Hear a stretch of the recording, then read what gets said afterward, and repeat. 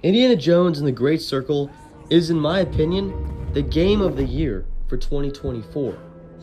Not because it's the biggest game, not because it's the flashiest, but because everything in it just works together really well. It knows what kind of game it wants to be, and it sticks to that the whole time. So instead of overcomplicating things, I'm just going to break it down. How the game actually plays, what makes it fun, and why it stands out over everything else in that year. The gameplay loop is built around a really simple loop. Explore a place, figure something out, and move forward. Maybe also encounter some enemies along the way. And that's about it. You're not being pulled in a million directions. You're focused. You walk into a temple or area and right away you're looking around like, alright, what am I supposed to do here? You look at the walls, objects, paths, and slowly it starts to make sense. Then you solve it, and you move deeper. That feeling repeats the whole game, and it never ever really gets old. Exploration is one of the best parts of the game. These aren't huge open world areas. They're more like detailed spaces that you can move around. You'll see paths above you, hidden corners, different ways to get somewhere, and the game doesn't constantly tell you where to go. You kind of figure it out yourself. The whip is a big part of this. You use it to swing across gaps, pull things towards you, interact with the environment. It's not just here for looks, it actually changes how you move through areas. The puzzles are probably the strongest part of the game. They actually make you think. And in some other games, like, for example, Skyrim, puzzles are just there and act as filler for levels.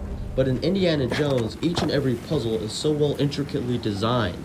It acts as its very own level. And each and every puzzle is so much fun, and each and every puzzle feels so rewarding. Whether it be a mystery that you come across and later solve, you always feel like you get something out of every puzzle that you complete. Usually you'll be lining things up, reading symbols, moving objects around, and the game doesn't immediately help you. You have a camera that can take pictures and give you hints, but again, you don't need to use any of those things. You kind of sit there for a second and like, what does this do? Then it clicks, and when it clicks, it feels really good. And it works that way in all good puzzles. It's not hard in a frustrating way, it just respects you enough to let you figure it out on your own. Stealth and choices.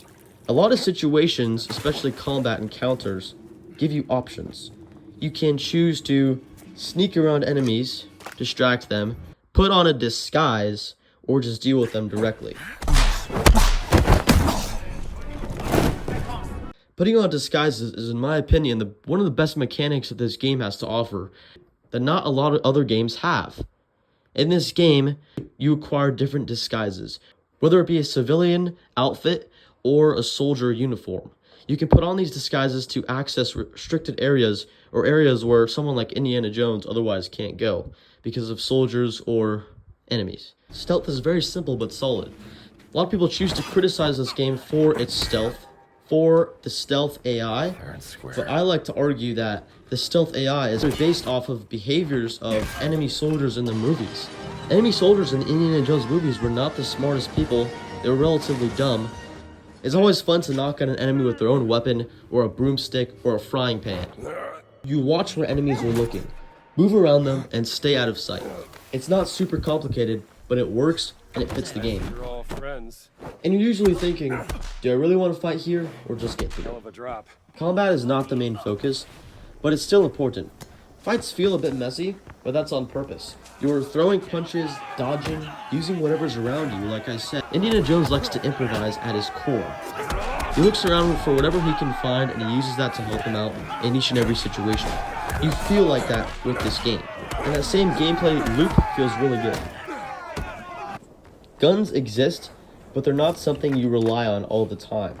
You also have your whip. It can knock things out of people's hands, create space, help you get out of trouble. It feels more like surviving a fight than dominating it. The level design of Indiana Jones and the Great Circle is amazing. Each area feels like its own thing. You're not just running around through random spaces. Every location has a purpose, has something to figure out, and builds towards something bigger. The pacing is good too. You're not just doing the same thing for too long. You're switching between exploring, solving, dealing with enemies, so it keeps moving. The story fits the gameplay really well. It's not just cutscenes, it's a part of what you're doing. You learn things by exploring, finding stuff, solving puzzles, and it actually feels like an Indiana Jones story. Maybe even the best Indiana Jones story that has ever been given to us. He stole something from me, and I mean to find out why. There's mystery, some humor, and then there's that sense of discovery. You feel like you're Indiana Jones. There are a lot of small things that make the game feel real. The way Indiana interacts with objects, the sound in different environments, how places feel old and lived in. Nothing feels random, everything feels like it belongs there. Game of the Year shouldn't just be about size, hype, or how big the budget was. It should be about how well made a game is. And this game is focused, polished, and built with purpose. Everything works together. Nothing feels wasted, and the entire experience stays strong the whole way through. That's why it deserves Game of the Year. Indiana Jones and the Great Circle doesn't try to overwhelm you. It just delivers a complete, well-made experience from beginning to end. And in 2024, that's exactly what made it the best game of the year.